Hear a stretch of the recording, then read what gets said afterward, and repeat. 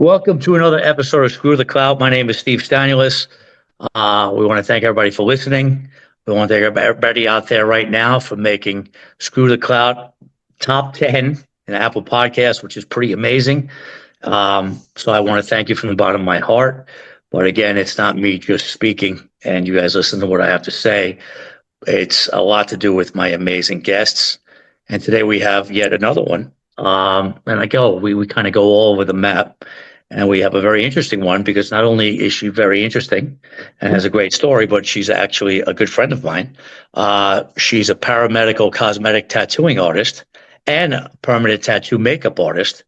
We have Elsa Milani. Elsa, how you doing today? Hey, I'm good. How you doing? Good. So thank you. Thank you for joining us on a Thanksgiving season. Hopefully you had a good Thanksgiving. And hopefully you are gearing up.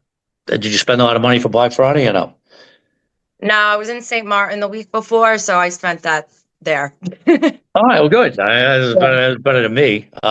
Good. And usually, again, when you have all these things going on, what we're going to do is we're going to start, first of all, how did you get into becoming a permanent tattoo makeup artist?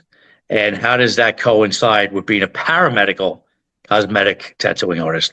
Explain what the major difference is between the both. So cosmetic is like lips, eyes, brows, like different techniques like microblading, ombre brows, lip blushing, eyeliner tattooing. So that's like the cosmetic side of what I do. Mm-hmm. And I also how did you even get into that, Elsa? How did that even? Because I was attacked by a dog when I was 12. I had 30 stitches in my face. And after 2 reconstructive surgeries, my lips, like, this isn't real. This is tattoo. After surgery, it was crooked. I had a T scar, like stitch line scarring that was white, hypopigmentation. So I was constantly hiding that with concealer and then relining my lips with, lip makeup. Because they were crooked. That was the best they could do after the surgery. It was a pretty significant attack. I was deformed. Like my face was out. They had to put it in part of my lip and my upper, like below my nose and stuff. And I was like over it. I was like over putting makeup on all day. So I Googled because I had tattoos. I'm like, I wonder if I could tattoo this shit on so I don't have to like put it on all day, every day. Right. And I Googled and I found permanent makeup and I found a woman, April Meese, in New York City where I was living at the time. And she tattooed me and it was like night and day. Like I had my face back, like my lips were symmetrical again. Like I looked like me again. So I literally like dropped out of school. I was in college for psychology and philosophy. I double majored. I bartended at nightclubs in New York and Chicago to pay my way through school and did hair because I did beauty school in high school. And I was a colorist and a cosmetic makeup artist for like bridal and editorial stuff. And I just kind of like ditched it all. I mean, I'm still licensed cosmetologist because it coincides with what I do, but I just kind of dropped everything and put all my eggs in one basket, went to permanent makeup school. And like 10 years later, here I am. I haven't looked back. I tattoo in 3 states and I teach and I love what I do. And the paramedical side is the scars and stuff. Wait, but hold that thought. So basically, if you think about it, when you kind of go down a certain path in life, right? If you think about it, because that incident happened of you getting attacked so severely, it actually kind of changed your whole trajectory in life. If that never happened, I wouldn't even know permanent makeup existed. You wouldn't even know, and you wouldn't be doing all this stuff, right? No. So I mean, it's crazy how you think about life and how it is because.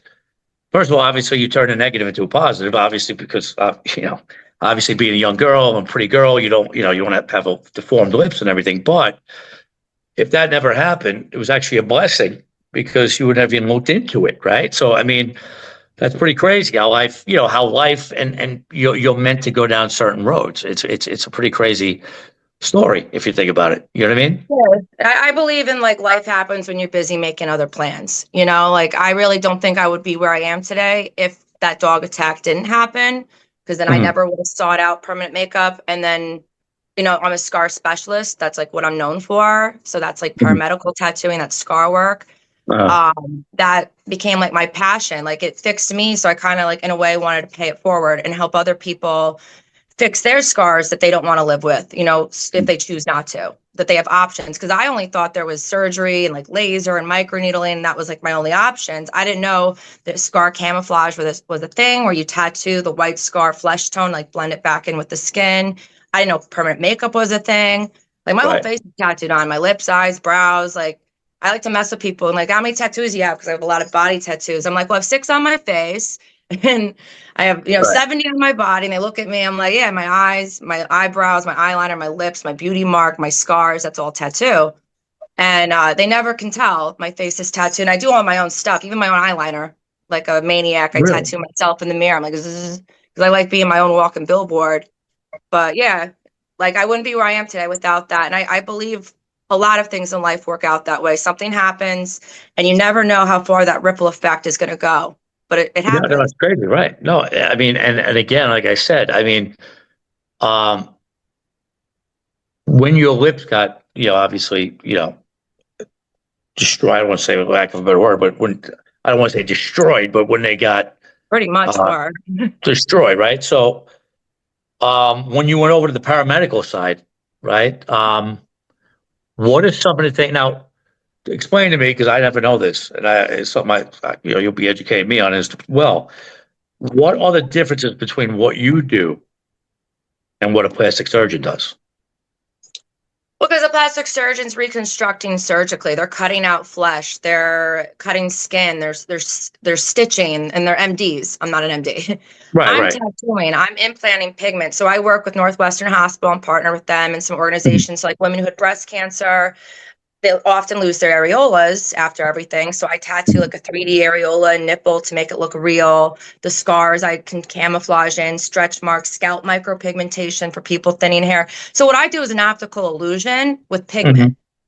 What Right, surgeons do is they actually, you know, correct it surgically, and that's a whole other animal. I kind of, but then they're left with scars from the surgery. So I'm kind of like, think of the plastic surgery as the cake. I'm the icing on the cake. You know, after they heal from their surgery and the scar's old enough, or they're through, you know, cancer and after chemo and they're in remission, whatever. And after the reconstructive surgeries, I'm the one that goes in and diminishes the scars and re-puts the areolas and, you know, kind of like the icing on the cake kind of thing. right. What's like what was the most gratifying thing that you've done so far as the paramedicals on the paramedical side? Like what's like the one story or the one patient, whether it be male or female? I'm gonna assume it's more female dominated, but what is the one case that came across your desk that inspired you or that they had you at hello, you had it, you had to do this for them? Was there one specific that stands out?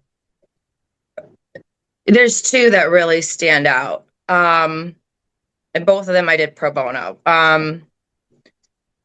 The one I'll choose is the girl. I do one pro bono case a month for someone who can't normally like afford it.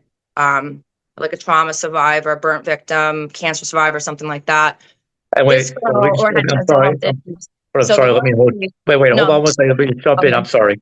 For those people that are listening out there, uh, not to handhold you, but if you don't know what pro bono means, it means that Elsa is doing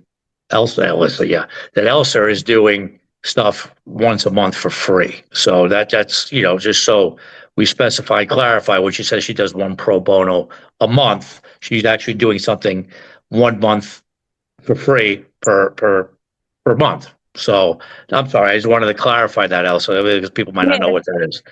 yeah. No, sorry. Yeah, so one case that really sticks out to me, she was 23 Mhm. and she was a self-harmer and she was riddled with white scars all up and down both her arms. Beautiful, beautiful girl. You know, like broke fucking college kid, you know. She had those scars for 10 years. She wore them. She started doing that to herself at 13, and someone who's been through her own trauma and has my own mental health stuff, I felt for her. And she came in crying. And she's like, I can't go to the beach. I can't wear short sleeve shirts. I can't date. I can't have sex. I feel awkward, at jobs and stuff. I always have to, because this was in Chicago, we have summer, so we wear short sleeves in the summer. Right. So she's like, it's affecting every aspect of my life because people know what this is from. They look at me and they judge me because of the stigma attached to mental health issues. And she's like, I'm tired of feeling judged. I just want to feel like me again and wear a shirt again and go swimming again and not feel like everyone's judging me. And I was like, I got you. Don't worry. So the picture's on my Instagram, and that picture actually landed me in a tattoo magazine this year, and she let me use it because her face was out of it and stuff. But I tattooed those white marks, and they blended in like seamlessly, like you couldn't tell. We did like 3 or 4 sessions, about 6 weeks apart, and it was like she had her arms back, and she went to a plastic surgeon, and his idea was to bleach the skin around it, and she was Latina. So I'm like, where's he gonna stop? But you fucking not your shoulders. So you're gonna have a white arm, Right. and a brown body. Like, no, we got to put the color back into the white, not take the color around it gone. Because then you're gonna have to be like Michael Jackson, bleach your whole fucking body. Like, you want to do that? So I went against the doctor and said, let's do it this way. And if it fails, then try his method. If that's really all he thinks if he thinks that's the best way to do it. And it was like night and day. And we did it, and she was so grateful, and she's like, you've given me back my life. Like, you have no idea what this has done. Like, this has helped me heal. And when I help people with their scars, it like helps me heal my own. It's very rewarding. And again, that's incredible. That's a great story. And again, for people that, again, I don't want to handle anybody or just assume, but there are people out there that obviously can't help but hurt themselves and slash them. If you want to explain that even more, but they cut themselves on a constant. It's actually an addiction, and it's actually pretty crazy. It's like any other addiction, but it just so yeah. So I mean, again, I can imagine somebody doing that to themselves for many years. There's only so many parts of their body they could do that to without starting to create a lot of different types of scars. So, yeah, she was front and back, and she'd been through some trauma, and that's why she had some mental health issues that when she did that to herself, she felt like a release. And people who do that, and I know too, as a youth, if you hurt yourself physically, it helps you not feel the mental pain. So it's like almost a distraction. And then it does become like a compulsion almost. And yeah, so she'd been doing that to herself for a while. And yeah, she wore those scars for over 10 years. And that was I think one of the most special cases to me. I've had a lot of really intense cases, but that one will always stick out to me because of just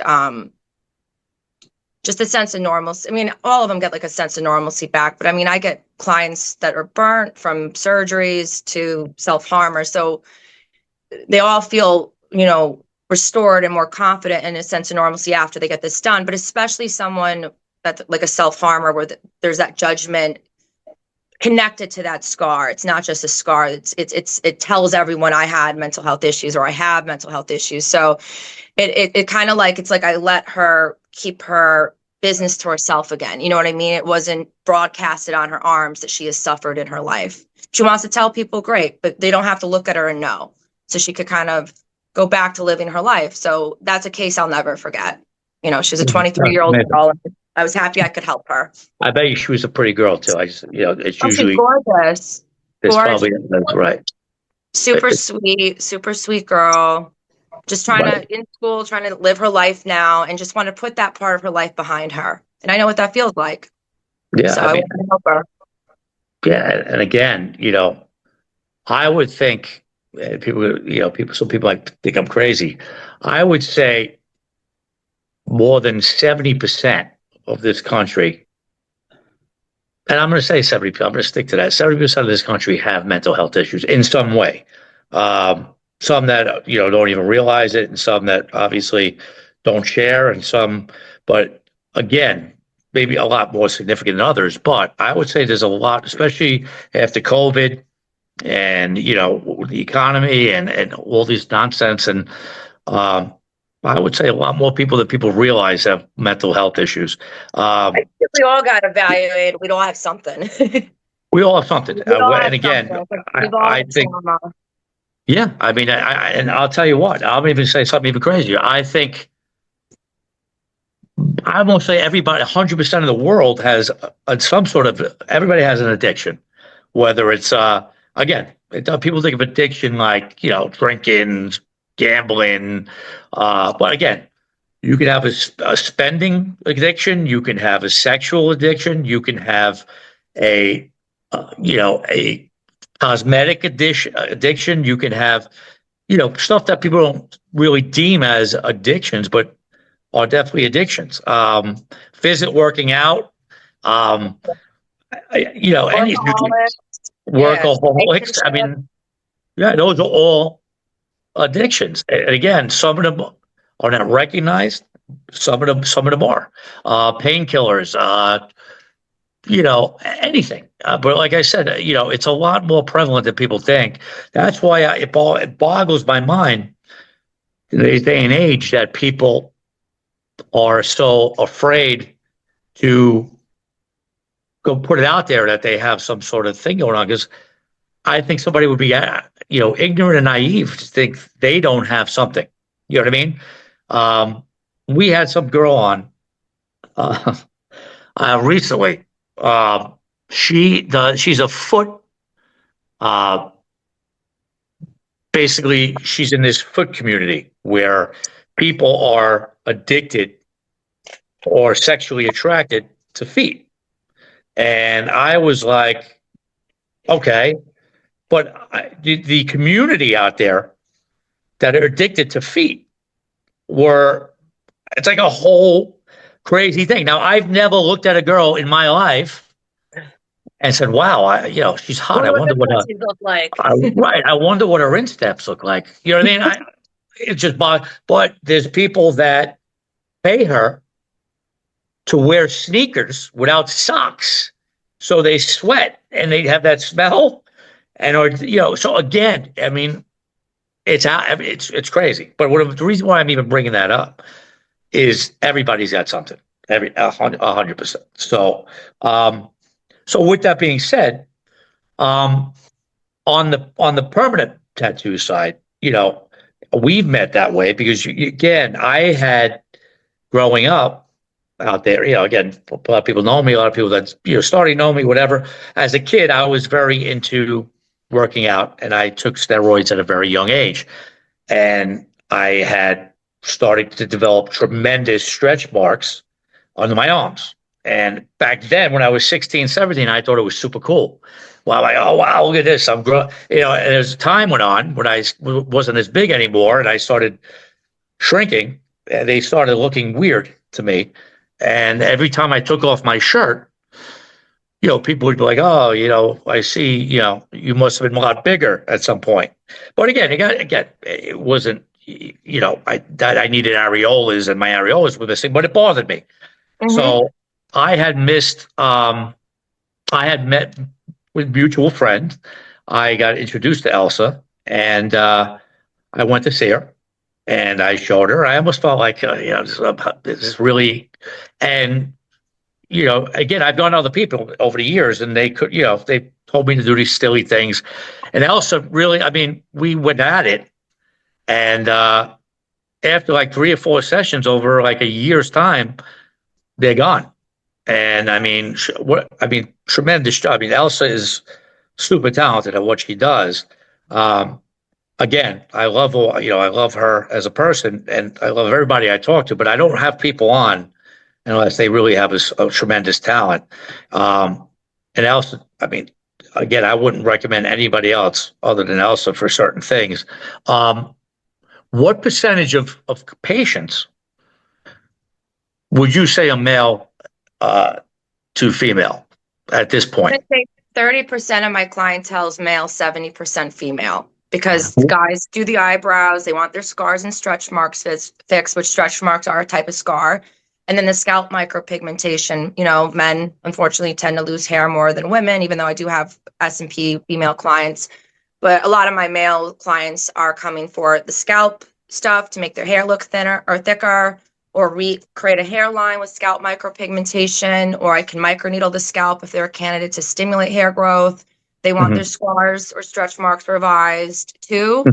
Or if their brows thin out, the brows frame your face, female or male. So I get plenty of male clients. But yeah, So what 70% I want to you would say, 30% male. so you would say mostly guys, the number one thing is scars or hair? Um, I want to say probably number one, I see male for the scalp, the hair, two scars, three eyebrows. Those are the three most popular services I do for men. And I'll do some tattoo removal and some other stuff, but those are probably the three most popular in that pecking order that I do for male clients. And what about for women? Oh, brows are very popular still. Like I said, I'm known for fixing botched work. So I fix a lot of like green eyebrows, blue lips, Right, purple eyeliner that wasn't supposed to be purple. If you want a purple, we can, but yeah. And then scars are like my name's of fame. But yeah, they do everything. And I have all ethnicities, all ages, 18 to 80 something. My clients range from all backgrounds, all walks of life. But yeah, because I offer such a large range of services, I get a little bit of everything. No 2 days are ever the same. Thank God. I would not like that. I like change, at least in that regard. We're very similar in that world, as far as life, the way we act and the way we, that's why I think we get off. Yeah. I think that's why we get along so well, because we're very much the same in a lot of ways. But yeah, I mean, like I said, yeah, because every time I've gone there, you're always doing something different. And I mean, again, you've taken it to the level now where you've actually, you've did some public speaking, at some conventions and so you've kind of taken this to a much higher level than just, opening some mini shop in Chicago. I mean, first of all, you were, New York and Chicago. And again, I know your clientele has grown tremendously. How does that come to pass where you get to the point where people are saying, hey, you're the one I want you're the one that has to come to the convention and speak on the behalf of everyone? How does that even happen? Why, like, how do they pick me? Yeah, I mean, like I said, because like I said, we've spoken a couple of times and you getting ready to, get ready for a speech or what have you. And how does it get to the point where you're singled out? Yeah, just getting my name out there. My portfolio, like on my Instagram, you can see a lot of my work that's healed work. I mean, I'll post a couple right after so people kind of have an idea like what they're in for, like right after, because it's like plastic surgery. It's gonna look worse before it looks better. You got to heal. But 99% of the stuff I post is my healed work. So people check out my portfolio. They check out my credentials. They talk to me. I don't know. And that's how they select me. I'm heavily involved in the industry. I was a chairman for the Society of Permanent Cosmetic Professionals since 2018 to July 2024, for the Young Professionals Committee to kind of help younger artists find their way and elevate the industry. But being involved in that, I've also spoken at SPCP conventions. So that's how they got to know me, though, from being a member to then being, a chairman, then being a speaker. And that's one of the only international permanent makeup organizations in the world. The work I do with organizations, like they've approached me, Northwestern approached me, the Women's Expo I spoke at, they've approached me. I don't know. I've just been lucky. I don't know. They look at my reviews and between my reviews and my credentials and my portfolio and getting to know me, I guess that's how they pick me. I don't know. But yeah, I tattoo primarily Chicago, but I also work in New York City and Destin, Florida. I teach internationally. I speak at conferences. I work with Northwestern Hospital and organizations. So women and men can get certain services done with me for free through these organizations. So it's been 10 years in the making, though. This didn't just happen overnight. And also it's all who I was lucky to know some of the right people who liked me and found me to be legitimate and put me on the map. And I've just been blessed in that regard. And what I do is kind of like my love of art and psychology and beauty all kind of squished together, so I'm very passionate about what I do. And I think people see that in me. And that's why maybe they're drawn to me, between the quality of my work, but also because I really give a shit and I care about my students. I care about the integrity of my work. I care about my clients. I'm not just in this for the money. So I do free stuff for people. I'm doing this to pay it forward in a way. And I just happen to be able to pay my bills with it. Gotcha. So No, that's amazing.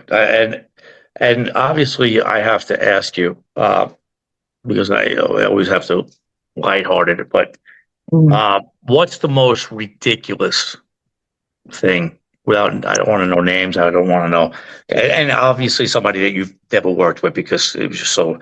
What was the most outlandish request that you've ever received, whether it be by a male or female, that was just either so outlandish or something that can't even be done, but something that, they were under the impression that you'd be able to do, or, that was just so ridiculous, that you wouldn't do it if you could? Do you have one that sticks out? Yeah, there was this one lady who she came in and she had her brows drawn on, and they were literally like rectangles going this way, like no arch, legit rectangles going like down like that. And, they didn't go to beauty school. I was like, she didn't go to beauty school. She doesn't know. So in the consultation, she's like, I want them just like this. I'm like, all right, well, let's talk, because that's my name on your face. I get it's your face, but that's my name on your face. Everyone's my walking billboard. So I want to do something that I want my name on and that would look good on you and that you would love. And you're beautiful women, but this isn't doing nothing for you. So listen, I know you don't want really an arch, but let me draw something, because rectangles going like that drop your face, and it's not, I wouldn't do that. So I drew like just the tiniest brow with ever so slightly this baby arch, and she just was not having it. And she actually had paper cut like rectangles that she wanted me to use as like a stencil for me to remember what she wanted. I was just like, I'm sorry, in good faith, I can't tattoo this on you. And I sent her home. And, I've done heart-shaped nipples. I've done crazy wing liner. If they've got the skin for it, the lid space for it, if they like that style and it's bold, I don't mind doing bold stuff. I'm more of a natural girl. I like more natural looking stuff. That's more my area of expertise. If they want something bold, I'll do it. But if it's going to look bad, I'm not putting my name on that. I'm not. Well, for Christmas, it's funny you mentioned that, because I'm thinking about getting heart-shaped areolas. I've done those before. I'll say yes to those. I think that's going to be my Christmas present to myself. I'm gonna make areola hearts here on both sides. Just to do it. You know what I mean? I've done it before. I can help you out with that. That I'll do. But literal rectangle, sad looking eyebrows. Like she wanted. You kind of had to see it. It was like, oh no. Some people ask for some pretty crazy stuff. Like one lady wanted a wing like to the tip of her brow. I'm like, no, it's not supposed to go that far out. She's like, well, this is how I wear it. I'm like, all right, well, I'm sorry, I'm not comfortable doing that to you. Like in good faith, because you're better off. Like you said, I mean, that's at the end of the day, that's your marketing, that's your advertisement. Yeah, everyone's my walking billboard. If someone's walking around looking crazy and they're like, who did that to you? Oh, Elsa. That's not going to look good for me, No, it's and also karma. I tell my clients I believe in beauty karma. Like if I wouldn't want that done to me, I'm not going to do that to you. No, I absolutely agree. I absolutely agree. So, if somebody was interested to get into your business, what would you say would be the best route? I mean, again, like somebody's 18 and they kind of, I don't know what I'm going to get into, and then they take an interest in what you do. What is the best? What's the route they take? Every state and city is different. So you look at your local tattooing rules and regulations, because this falls under the tattooing industry, because it is a tattoo. It's not semi-permanent. Is a tattoo. It's just a different type of tattoo. But you have to be a tattoo artist to do that first, else? Well, that's what I'm explaining. Okay. So like Chicago, New York, and Florida, you need a bloodborne pathogen certificate. So Chicago, all you need is your bloodborne pathogen certificate, and then work in a tattooing zone. New York, you take that class in person, then boom, you're a licensed tattoo artist. Florida, it's online. Boom, you're a licensed tattoo artist. So it's kind of scary. That's all you legally need. They don't Mhm. ask, how did you learn how to tattoo? Where did you learn how to tattoo? Like, to be a cosmetologist required more upkeep and education and had more Yeah. requirements, which is a skin, hair, nails. So it's not very regulated, but so you got to look at the regulations to see what the requirements are and fulfill those. But as far as education, that's really done independently. So I Mhm. recommend looking at trainers that have a solid reputation, been in the game for a minute, have good reviews, good portfolio. Because there's these trainers out there doing 2-day classes. Boom, now you can go make 7 figures and be a tattoo art, permanent makeup artist, or microblading. You can't learn the fundamentals of all this in 2 days. Get the hell out of here. But they're selling that to people, and then they're out there botching people, Right. so like, you got to like do your research. You're not going to learn the fundamentals in 2 days. So you want to, I went to permanent makeup school, and then learned the basics, and then each area I took classes with very renowned artists. Like I took, like, Vicky Hansen is one of the people who taught me scar camouflage. Taryn Darling taught me powder brows and eyeliner and wings. And I went to different artists and schools that I respected in the industry to teach me different things. And that's how I got going. So yeah, it's a little bit of a crapshoot because it's not as straightforward as like beauty school. Like, you just enroll, you get your hours, you take your state board and your practical and you're licensed. This you It's very easy to get into it, but the education component, because it's more independent. Like Jersey, I think is the strictest state in the country. Because they require like a 2-year apprenticeship, but everywhere it's very underregulated. So yeah, you just gotta look at the rules and regulations and find reputable trainers and really invest in your education, because you just botch a couple people, that's your career. No, no Because doubt.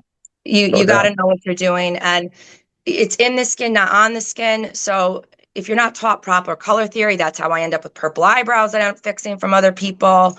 If you don't know your needle configurations, your depth, your technique, you can scar someone, you can deform someone, you can really mess them up. And that's traumatic. I mean, a lot of my botch clients that come in, they're really like traumatized from walking around with, liner all the way almost to their freaking nose. They went outside their lips so much, and like, just really bad work. And there's some amazing artists out there, don't get me wrong, but you got to do your research when you're looking for education and when you're looking for an actual artist to tattoo, because it is such an underregulated industry. So like the Right. SPCP is a good resource. Society of Permanent Cosmetic Professionals, they'll guide you. Like, I'm one of their trainer members, and they'll have like a referral listing, like what area, you plug in the area, and then it gives you like a Mhm. list of good trainers and a list of good artists to go to if you're looking for an artist to work on you or a trainer to train you. So the SBCP is a good resource too to help you get going. I've been with Cool. them since day one of my career, and they're great. They're great. Awesome. So there you go. Before we let you go, if somebody's listening and somebody wants to follow you or potentially have you work with them, or what's the best way to find you on social media? It's my business name. Everything's my business name. Flawless Permanent Makeup by Elsa, ELSA. That's my Facebook, my Instagram, my website, my Gmail. That's everything. And they So can see they can see all your results there too, right? yeah, Instagram, I post like everything on there. My website, I have a portfolio page, but my Instagram, which is tied to my Facebook, everything posts double. Like, whenever I post on my Instagram, it goes on my Facebook. I do a lot of my portfolio stuff. Yeah, my social media and events, like when I'm going to be teaching or speaking and stuff, I announce it. I was on the news 3 times this last year, so that was on there. So yeah, to follow me, like what I'm up to see my work, see where I'll be teaching, where I'll be speaking, whatever, when I'll be in which city when. I'm primarily Chicago, but like every 3 months I do New York, and every couple, a few months I do Destin, Florida too. So yeah, Instagram and Facebook are probably like the best ways to follow up with me.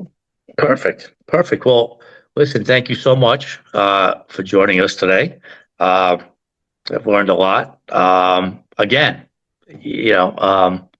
that work, that pro bono work is always amazing to me because it's always giving back. So that's something that I appreciate, and I'm sure everybody appreciates. And that's an amazing. I mean, again, I'm speaking from my own personal experience. Elsa is amazing, and again, check her out. Again, I do follow Elsa, and I do post stories as well. So if for some reason you were not able to write that stuff down, obviously the episode will be coming out shortly. You'll have that as well. So again, my name is Steve Stanulis. Elsa, thank you so much for coming on. Enjoy your holiday weekend. Not your weekend, your holiday season, I should say. And listen, everybody out there, just like Elsa, she took a negative and turned it into a positive and changed the whole trajectory on life. So if you dream out loud. Again, we wanted to thank you so much for making our podcast 13, 10, 13. I don't, whatever it is, I'm not that happy about it because we should be 10 or 13 spots higher. So that's my goal for the 2025 season. And again, we like to thank our producer, Sage Spielman, our sponsors over at Believe. And once again, if you dream out loud, check out this podcast. Will be dropping shortly. We love you. Good night and peace.